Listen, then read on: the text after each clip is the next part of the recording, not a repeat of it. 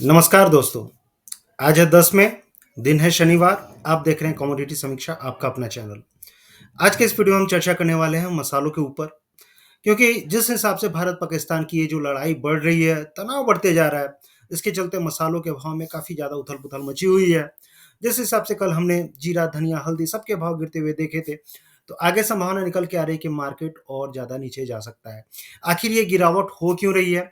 और ये जो गिरावट हो रही है मसालों में, आखिर जाके कहाँ रुकेगी? इस वीडियो में हम सीज़नैलिटी समझने की कोशिश करेंगे। जो सीज़नैलिटी जो मैं आपको हमेशा दिखाता हूँ कि किस महीने में भाव कैसे रह सकते हैं, वो सीज़नैलिटी मैं आप लोग के लिए लेके आया हूँ।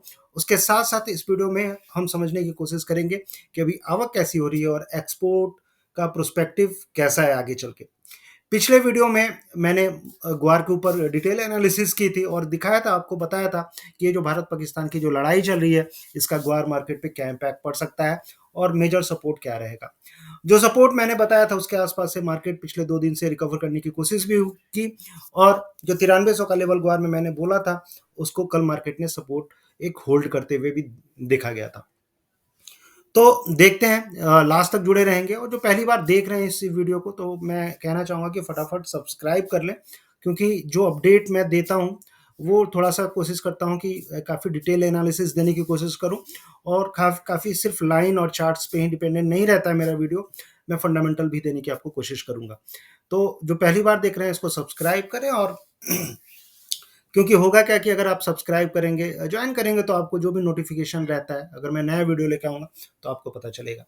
तो बिना समय गवाए आगे बढ़ते हैं और स्टार्ट करते हैं हल्दी के ऊपर। काफ़ी ज़्यादा डिमांड आ रही थी हल्दी की, कि हल्दी में आखिर हो क्या रहा है? क्योंकि हल्दी के भाव अगर आप पर्टिकुलरली देखेंगे, ये वीकली चार्ट के हिसाब से आप देख रहे हैं निजामाबाद मार्केट का, और वीकली बेसिस पे अगर एनसीडीएक्स क्वालिटी की जो हल्दी अगर देखेंगे, पिछले 2 सप्ताह से लगातार गिरते जा रही है। निजामाबाद मार्केट में 15,000 के आसपास रेजिस्टेंस फेस करते हुए देखा था हल्दी ने। 15,200 15,400 के आसपास भाव बनते हुए देखे थे हमने निजामाबाद मार्केट में। एनसीडीएक्स क्वालिटी की जो हल्दी थी एनसीडीएक्स पे, वो हल्दी हमने देखी थी 15,800 से 15,900, मान के चलिए 16,000 तक भी जाते हुए हमने 2 सप्ताह पहले देखा था।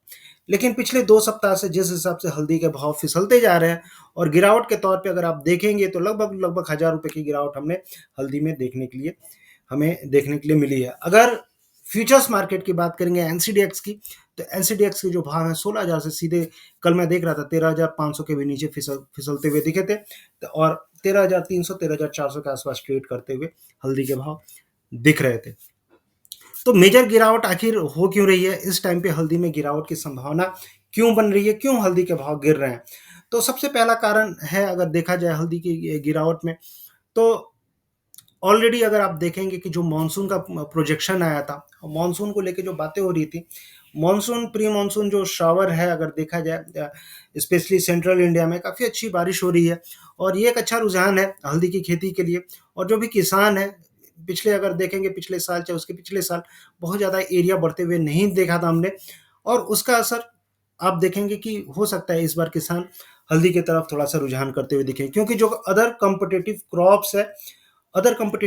क्रॉप्स में क्या हुआ, कॉटन हुआ, सोयाबीन हुआ, दालें हुई, तो स्पेशली सोयाबीन की मैं बात करता हूँ, तो सोयाबीन में हो सकता है एरिया कम हो, उसका एरिया शिफ्ट हो सकता है हल्दी के साइड में। इन सारी चीज़ों को भी देखते हुए मार्केट थोड़ा-सा डिस्काउंट होते हुए दिख रहा है। दूसरी बात करते हैं कि अभी जो भारत-पाकिस्तान की जो लड़ाई निकल के आ रही है, ठीक है? इस लड़ाई के चलते जो एक्सपोर्ट प्रोस्पेक्टिव है, वो कहीं न कहीं हर्ट होते हुए हल्दी का दिख रहा है। तो आगे चल के क्या संभावना रहेगी हम देखेंगे, लेकिन ओवरऑल अगर हल्दी की बात करें, जो आवक आई थी इस साल, पिछले साल के कंपेयर में आवक ज़्यादा आई है। मैं आपको एक बार वो नंबर भी दिखाने की कोशिश करूँगा कि हल्दी की आवक इस बार कैसी आ रही है। तो लास्ट तक आप जुड़े रहेंगे और मेरी आदत है हमेशा आपको डेटा के साथ समझाने की। ये जो आवक के नंबर आप देख रहे हैं, ये मैंने गवर्नमेंट की जो वेबसाइट है एजी मार्कनेट, वहाँ से उठाया है, और वो एक इंडिकेटिव नंबर हो सकते हैं। ज़रूरी नहीं है कि एग्जैक्ट नंबर हो, लेकिन एक इंडिकेशन ज़रूर देते हैं कि अभी मार्केट में हल्दी की आवक हो कैसी रही है। तो जनवरी से लेके मई तक का नंबर उठाया, और ये 2025 का ये जो नंबर आप देख रहे हैं 132,000 टन, यानी कि 1,32,000 टन, ये 1 तारीख से लेके मई 1 तारीख से लेके 9 तारीख तक का नंबर है। तो कहने का मतलब ये है कि ओवरऑल अगर आप देखेंगे, तो पिछले साल के कंपेयर में हल्दी की जो आवक है, लगभग 20 से 25,000 टन ज़्यादा चल रही है अभी। ठीक है? लेकिन अगर आप पिछले 5-7 सालों को कंपेयर करेंगे, चाहे 5 ईयर एवरेज को कंपेयर करेंगे, उससे काफ़ी ज़्यादा नीचे है। तो कहने का मतलब ये है कि ओवरऑल जो हम बातें कर रहे थे कि हल्दी का जो प्रोडक्शन है, इस साल कम रहेगा और ऐसा हो भी रहा है। ओवरऑल अगर प्रोडक्शन की अगर आप बात करेंगे, तो पिछले साल के कंपेयर में ओवरऑल प्रोडक्शन मेरे ही हिसाब से थोड़ा-सा बढ़ते हुए ही दिखा था, 3% 4% के आसपास। लेकिन जिस हिसाब से जो कैरी फॉरवर्ड स्टॉक्स थे, आप देख रहे हैं 2024 में कैरी फॉरवर्ड स्टॉक्स, अगर आप प्रोडक्शन के हिसाब से देखेंगे तो कैरी फॉरवर्ड स्टॉक्स काफ़ी ज़्यादा टाइटर हैं 2025 के। उसके चलते जो टोटल सप्लाई वो हमको कम होती हुई दिखी थी। तो ओवरऑल अगर आप बात करेंगे तो हल्दी की जो आवक हुई 132, पिछले साल 118, और उसके पहले की बात करेंगे तो 248,000 टन। तो 2025 में ओवरऑल हल्दी की आवक पिछले साल के कंपेयर में कम ही दिख रही है। प्रोडक्शन के हिसाब से अगर आप बात करेंगे तो ऑलरेडी मैंने बहुत सारी चीज़ें आपको पिछले वीडियो में मैंने दिखाई हुई है, मैं दिखाता भी हूँ आपको। लेकिन एक बस ये बात मान के चलिए, बहुत ज़्यादा मैं डिटेल में नहीं दिखाना चाहूँगा कि इस बार जो प्रोडक्शन है बहुत ज़्यादा नहीं है। 10 पॉइंट, अगर गवर्नमेंट के आंकड़े के अनुसार जाएँगे तो गवर्नमेंट ने 11.4 के आसपास प्रोडक्शन एस्टिमेट किया है। ओवरऑल मेरे हिसाब से अगर आप पिछले साल के कंपेयर में देखेंगे तो 3 से 4% प्रोडक्शन इस बार हल्दी का ज़्यादा रहने की संभावना है। लेकिन सबसे बड़ी बात क्या है कि जो एक्सपोर्ट के आंकड़े आ रहे थे, एक्सपोर्ट के अगर नंबर आप देखेंगे तो एक्सपोर्ट के आंकड़े काफ़ी ज़्यादा बेहतरीन रहे हल्दी के, और उसके चलते हमने देखा है कि हल्दी के भाव को निचले स्तर से सपोर्ट मिलते हुए देखा था। अभी के अगर आंकड़े देखेंगे ओवरऑल, अक्टूबर से अप्रैल से लेके जनवरी तक, इस हिसाब से देखेंगे तो जो टोटल हल्दी का एक्सपोर्ट हुआ था वो पिछले साल के कंपेयर में अगर मैं देखूं, आपको बताऊं तो लगभग लगभग 13% के आसपास पिछले साल के कंपेयर में ज़्यादा रहा है। टोटल जो एक्सपोर्ट हुआ है 149,000 टन, यानी कि 1.49 लाख टन के आसपास का एक्सपोर्ट इस साल बनते हुए हल्दी का हमने देखा है, जो पिछले साल के कंपेयर में 13% तक ज़्यादा है। पिछले साल इस टाइम तक अप्रैल से लेके जैन तक, यानी अप्रैल 2024 से लेके जैन 2025 तक जो गवर्नमेंट के सरकारी आंकड़े हैं, 131,000 टन का, यानी कि 1.31 टन का एक्सपोर्ट हुआ था। 1.31 लाख टन का एक्सपोर्ट हुआ था। इस साल 1.49 लाख टन का एक्सपोर्ट हुआ, जो पिछले साल के कंपेयर में 13% ज़्यादा है। तो सीजनैलिटी अगर आप हल्दी की अगर आप देखेंगे एक्सपोर्ट की, और ये मैंने कई सालों की सीजनैलिटी उठाई हुई है, इसके हिसाब से अगर आप समझते हैं तो ये, इसको थोड़ा सा मैं ऐसे कर लेता हूँ। इसमें ये जो डॉटेड लाइन आप देख रहे हैं ये सीजनैलिटी इंडेक्स है, और ये सीजनैलिटी इंडेक्स आपको ये बताता है कि अगर आप अगर एवरेज देखेंगे पिछले 10-15 सालों का, तो उसके हिसाब से अगर आप जाते हैं तो जो मई और जून का जो महीना रहता है, इस टाइम पे जनरली एक्सपोर्ट हल्दी के बढ़ जाते हैं। ये देखिए अप्रैल मई जून, और इस टाइम पे ये जो एक्सपोर्ट का सीजनैलिटी है, सीजनैलिटी आपको बढ़ते हुए दिख रही है। तो ओवरऑल कहने का मेरा मतलब ये है कि अभी एक्सपोर्ट की संभावना हल्दी में ज़्यादा है।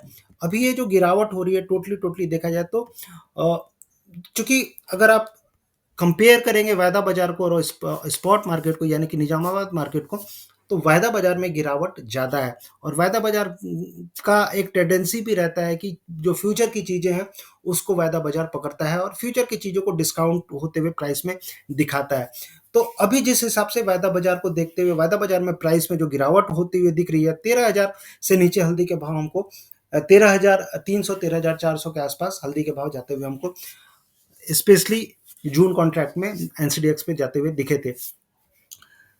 अब आगे चल के क्या संभावनाएं बन रही हैं? आगे चल के जो संभावनाएं बन रही हैं, अगर एक्सपोर्ट के हिसाब से अगर आप बात करें तो ओवरऑल एक्सपोर्ट ज़्यादा है, ये बात तो मैंने आपको बताई। लेकिन इसके साथ साथ आपको ये भी जानना होगा कि ये जो एक्सपोर्ट है ये कहाँ तक, अगर हल्दी का एक्सपोर्ट अगर होता है तो कहाँ पे बेसिकली जाता है। तो उस हिसाब से अगर आप देखेंगे फ्यूचर में जो ज़्यादा मेजर बायर्स हैं हल्दी के, जहाँ पे हल्दी इंडिया की हल्दी जाती है, उसमें बांग्लादेश, ठीक है, बांग्लादेश है।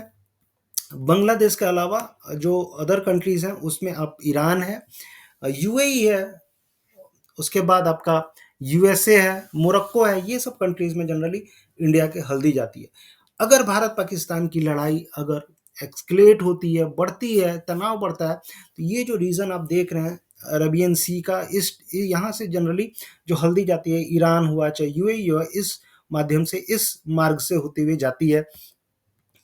तो अगर इस एरिया से अगर हल्दी होते हुए जाती है और पाकिस्तान का हमला होता है तो डेफिनेटली इम्पैक्ट पड़ेगा।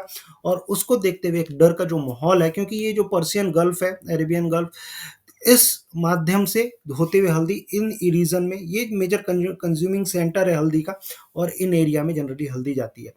तो अगर लड़ाई एस्केलेट करती है, बढ़ती है, और सी रीजन में भी अगर मिसाइल अटैक होता है शिपमेंट पे, तो हो सकता है कि आपका ये जो एरिया है इस पे आपको डिस्ट्रप्शन देखने के लिए मिले। और तनाव की स्थिति में ये जो यूएई हुआ, चाहे आपका सऊदी अरेबिया, इसराइल, उसके बाद आपका ये जो ईरान का एरिया हुआ, इन सब एरिया में आपको हल्दी की जो खपत है, जो ये हल्दी का जो एक्सपोर्ट है, वो प्रभावित हो सकता है। तो ओवरऑल कहने का मतलब ये है कि कितना हल्दी जाता है। अगर ईरान की बात करेंगे तो ईरान में 10,000 टन से ऊपर की हल्दी जाती है। यूएई की भी बात करेंगे तो यूएई में भी ओवरऑल अगर एनुअल बेसिस पे देखेंगे तो 20,000 टन के आसपास। इसी तरह कंपेयर टू कंपेयर, अगर हर कंट्री बाई कंट्री अलग अलग रहता है, साल दर साल अलग अलग रहता है, लेकिन जो एवरेज मैं बता रहा हूँ उस हिसाब से यूएई एक मेजर बोला जाए तो इम्पोर्ट डेस्टिनेशन है, क्योंकि यूएई से दुबई एयरपोर्ट से, सॉरी, ये जो पोर्ट है यहाँ पे, सी पोर्ट है, यहाँ से ज़्यादातर जो माल है गल्फ कंट्रीज में, अरेबियन कंट्रीज में जनरली जाते हुए आप देखते हैं। तो डेफिनेटली जीरा हो, चाहे हल्दी हो, चाहे धनिया हो, अगर इन रीजन में इम्पैक्ट होता है तो उसका असर आपको देखने के लिए मिल सकता है। अब एक बार समझने की कोशिश करते हैं कि भाव कहाँ तक हल्दी के जा सकता है नीचे में। तो नीचे में जो संभावना है मेरे हिसाब से बनती हुई दिख रही है, अभी हो सकता है गिरावट आपको और बढ़ती हुई दिखे। क्योंकि अगर आप सीजनैलिटी के हिसाब से जाते हैं तो मई महीने में जनरली हल्दी के भाव नहीं बढ़ते हैं। सीजनैलिटी मैं आपको दिखाता हूँ। और जनरली होता क्या है कि ये सीजनैलिटी मैंने 15 साल का एवरेज लिया हल्दी के भाव का, और 70 टू 80% चांस रहता है कि मई महीने में हल्दी के भाव नीचे रहें। तो मई और जून में जनरली बॉटम बनते हुए दिखता है, और उसके बाद से हल्दी के भाव जो चढ़ते हैं, जून से चढ़ने शुरू होते हैं, जून जुलाई अगस्त तक हल्दी के भाव टॉप पे पहुंच जाते हैं। तो अगले आपको अगर फ्रेश खरीदारी करनी है तो मई के लास्ट में आपको एक फ्रेश मौका मिल सकता है। वहां से अगर आप हल्दी खरीदते हैं तो आपको जुलाई अगस्त में अच्छे भाव मिलने की संभावना, बेहतर संभावना है। लेवल के अनुसार अगर आप देखेंगे तो ये जो सपोर्ट बनते हुए दिख रहा है, रिट्रेसमेंट में देख रहा था, अगर निजामाबाद मार्केट की बात करूं उसके चार्ट के हिसाब से 13,200, और उसके नीचे अगर जाता है तो 13,000 तक संभावनाएं आपको निजामाबाद मार्केट में बनती हुई दिख रही है। ओवरऑल अगर आप एनसीडीएक्स की बात करें तो एनसीडीएक्स में ऑलरेडी कल हमने 13,172 170 के आसपास लो बनते हुए ऑलरेडी हमने एनसीडीएक्स जून कॉन्ट्रैक्ट में देखा था। तो निजामाबाद मार्केट में अभी गिरावट बरकरार रह सकती है, और निजामाबाद मार्केट अभी देखेंगे तो काफ़ी ज़्यादा प्रीमियम में भी चल रहा है। तो फ्यूचर्स में जो गिरावट है उसको देखते हुए हो सकता है स्पॉट में भी जो सेंटिमेंट है थोड़े से डाउन होते हुए दिखे। तो फ्रेश खरीदारी के लिए अभी हल्दी में आपको वेट करना चाहिए। और जो स्टॉक है 13,500 में, हमेशा बोलता हूँ 13,500 के नीचे निकलता है तो या तो जो भी लॉस है उसको लेके निकलें, अदरवाइज आपको अगर एवरेज करना है तो एवरेज के लिए आपको वेट करना चाहिए। ठीक है, 13,000 के आसपास आपको मौके मिल सकते हैं, 13,000 के आसपास आप एवरेज करके चल सकते हैं। एनसीडीएक्स की अगर बात करें तो हो सकता है एनसीडीएक्स में 13,000 के नीचे भी मार्केट आपको जाते हुए दिखाई दे। तो जल्दीबाजी नहीं करनी है हल्दी में। ओवरऑल जो सिनेरियो है आगे आने वाले दिनों में थोड़ा सा डाउन रहेगा, लेकिन ये भी आप याद रखें कि जून के बाद अगर हल्दी की बैलेंस शीट, अगर आपको याद होगी मेरे पिछले वीडियो, उसमें मैंने आपको दिखाया था कि हल्दी की जो बैलेंस शीट है काफ़ी ज़्यादा सपोर्टिव है लॉन्ग टर्म पर्सपेक्टिव से। जून के बाद आपको हल्दी के भाव यहाँ से चढ़ते हुए दिख सकते हैं, क्योंकि ओवरऑल सप्लाई आगे चल के टाइट रहने वाली है। और टाइट ही नहीं, जो एंडिंग स्टॉक है, एंडिंग स्टॉक भी अगर आप देखेंगे तो लगभग लगभग 20 से 25% तक कम हो सकता है, इससे भी ज़्यादा अगले सीजन में कम रह सकते हैं। तो देखते हैं क्या रहता है सिनेरियो, लेकिन अभी के लिए थोड़ी सी गिरावट। फ्रेश खरीदारी आपको मिलेगी यहाँ पे इन स्तरों पे 13,000 के आसपास, और वहाँ से आप खरीदारी करके चलेंगे तो हो सकता है एक बार 16,000 का लेवल तोड़े तो फिर आपको 18,000 के लेवल आपको नवंबर तक, अभी की बात मैं नहीं कर रहा हूँ, नवंबर तक आपको पॉसिबिलिटी है कि मिल सकता है। क्योंकि जुलाई अगस्त और उसके बाद फिर नवंबर, ये जो 2-3 महीने हैं, इन महीनों में हल्दी के भाव सबसे ज़्यादा आपको बढ़ते हुए दिखते हैं। अब बात कर लेते हैं अन्य कमोडिटी में। अन्य कमोडिटी में जीरा की बात करते हैं। जीरा में जिस हिसाब से अभी गिरावट बनती हुई दिख रही है, तो ओवरऑल जो कंसर्न है, मान के चलिए फ्रेश अराइवल्स तो मार्केट में आ ही रहे हैं, उसके साथ-साथ अभी जो एक्सपोर्ट को लेके जो डर का माहौल बना हुआ है कि जो गल्फ कंट्रीज़ में, अरेबियन कंट्रीज़ में एक्सपोर्ट डिमांड कम हो जाएगी, उसको देखते हुए जीरा के भाव आपको गिरते हुए दिख रहे हैं। तो ओवरऑल अगर आप देखेंगे तो जो फ्रेश अराइवल है, अराइवल के हिसाब से भी अगर आप देखेंगे, उसके भी नंबर मैंने निकालने की कोशिश की थी एजी मार्केट से, और उसके अकॉर्डिंगली अगर आप जाते हैं तो जो जीरा के अराइवल है इस साल 2025 में आप देख रहे हैं कि 228,000 टन, यानी कि 2.28 लाख टन एजी मार्केट के हिसाब से, गवर्नमेंट के आंकड़ों के हिसाब से, और पिछले साल के कंपेयर में आप देख सकते हैं 20 लगभग 10 से 15,000 टन ज़्यादा दिखाई दे रहा है। तो ओवरऑल अगर आप मंथ ऑन मंथ बेसिस पे अगर आप जाएंगे, तो मंथ ऑन मंथ बेसिस पे, सॉरी ये क्या आ गया, मंथ और मंथ बेसिस पर अगर आप जाते हैं तो जो जीरा के अराइवल हैं, आप देख सकते हैं कि मार्च महीने में कितने ज़्यादा अराइवल्स जीरा में आए थे, स्पेशली 2025 की बात करें तो। उसी तरह अप्रैल में भी हमने देखा था कि जो जीरा के अराइवल है लगभग लगभग 68,000 टन, और मार्च में जो आया था वो 105,000 टन, यानी कि 1 लाख टन का से ज़्यादा का अराइवल हमें मार्च में बनते हुए दिखा था। तो ये जो अराइवल है ये 5 ईयर एवरेज के ऊपर भी है, और पिछले साल के कंपेयर में भी जीरा का अराइवल। तो कहने का मतलब ये है कि जीरा की सप्लाई इस साल काफ़ी ज़्यादा बनी हुई है, जिसके चलते जो मार्केट है लगातार टूटते जा रहा है। तो लेकिन एक चीज़ आपको भी याद होगा, जो ओवरऑल प्रोडक्शन की बातें हो रही थी, और ओवरऑल प्रोडक्शन पिछले साल के कंपेयर में लगभग लगभग आप देखेंगे तो काफ़ी ज़्यादा कम रहने की संभावना, ठीक है। तो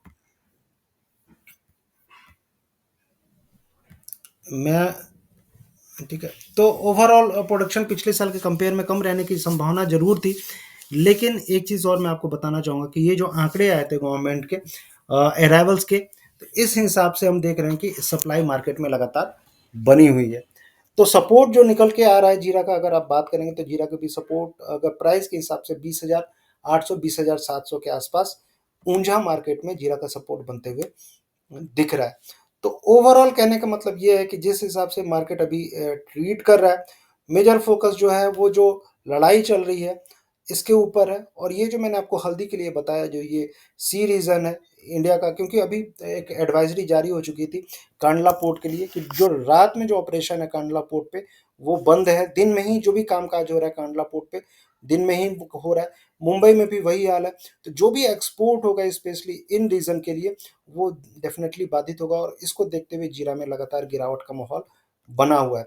तो आगे चल के फ्रेश खरीदारी के लिए थोड़ा सा वेट करें, 20,800 20,700 इन स्तरों पर आपको खरीदारी के मौके जीरा में बनते हुए देख सकते हैं।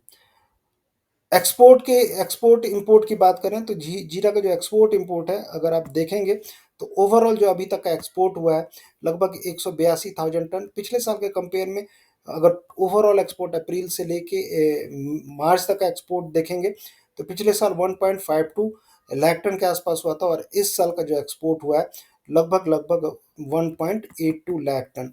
तो पिछले साल के कंपेयर में जो टोटल एक्सपोर्ट हुआ है वो 20% तक ज़्यादा हुआ है।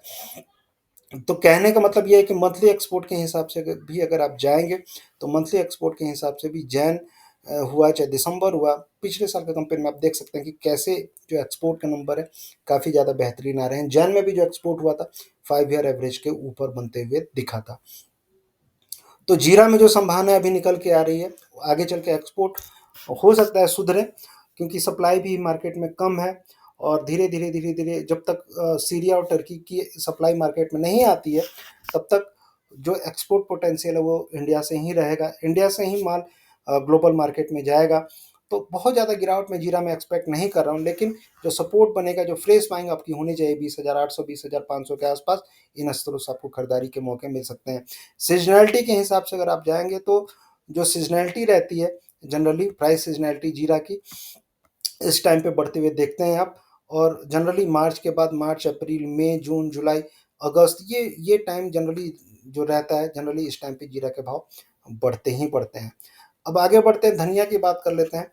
तो धनिया में जिस हिसाब से अभी गिरावट का रुख बना हुआ है, एक्सपोर्ट के जो नंबर आए थे ये एक्सपोर्ट के नंबर काफ़ी ज़्यादा हतोत्साहित करने वाले थे।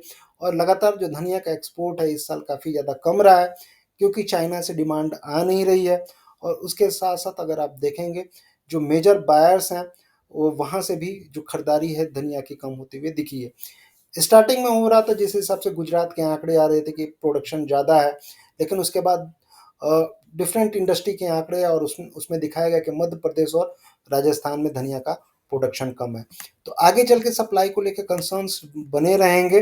अभी ये जो गिरावट है एक्सपोर्ट को देखते हुए हो रही है, लेकिन मुझे लगता है कि जो कोटा मार्केट है एक तरह से 7500 के आसपास सपोर्ट लेते हुए दिख रहा है। एनसीडीएक्स की बात करेंगे तो जून कॉन्ट्रैक्ट 7000 के नीचे ट्रेड करते हुए दिखा था, लेकिन एक तरह से वो जो लेवल है 7000 के आसपास वो काफ़ी ज़्यादा ओवरसोल्ड में चलते हुए दिख रहा है एनसीडीएक्स में। और जब भी प्राइस ओवरसोल्ड रीजन में जाते हैं तो एक टेंडेंसी रहती है कि वहाँ से प्राइस रिकवर होते हुए दिखें। तो धनिया में भी आपको खरीदारी के मौके बनते हुए दिख सकते हैं। कोटा मार्केट की अगर आप बात करेंगे तो 7500 एक मेजर सपोर्ट अभी के लिए रहेगा। और स्पेशली मई लास्ट चाहे जून फर्स्ट हाफ के बाद से धनिया में तेजी की संभावना आपको बनती हुई दिखेंगी। धनिया के जो भाव हैं जनरली अगर आप सीजनलिटी के हिसाब से जाएंगे तो धनिया के भाव आपको जून के बाद बढ़ते हुए दिखते हैं। और ये सीजनलिटी के हिसाब से वही जो मैं बता रहा था, मई में टॉप होता है, मई जून जून में ये बॉटम हो जाता है, बॉटम के बाद फिर यहाँ से आपको बढ़ते हुए जिन धनिया के भाव नवंबर दिसंबर तक ये टॉप पे पहुँच जाते हैं। तो ओवरऑल धनिया में भी अगर खरीदारी करना चाहते हैं तो धनिया में भी आपको रुकना चाहिए और रुक के खरीदारी करनी चाहिए। मेजर सपोर्ट हो सकता है आपको यहाँ से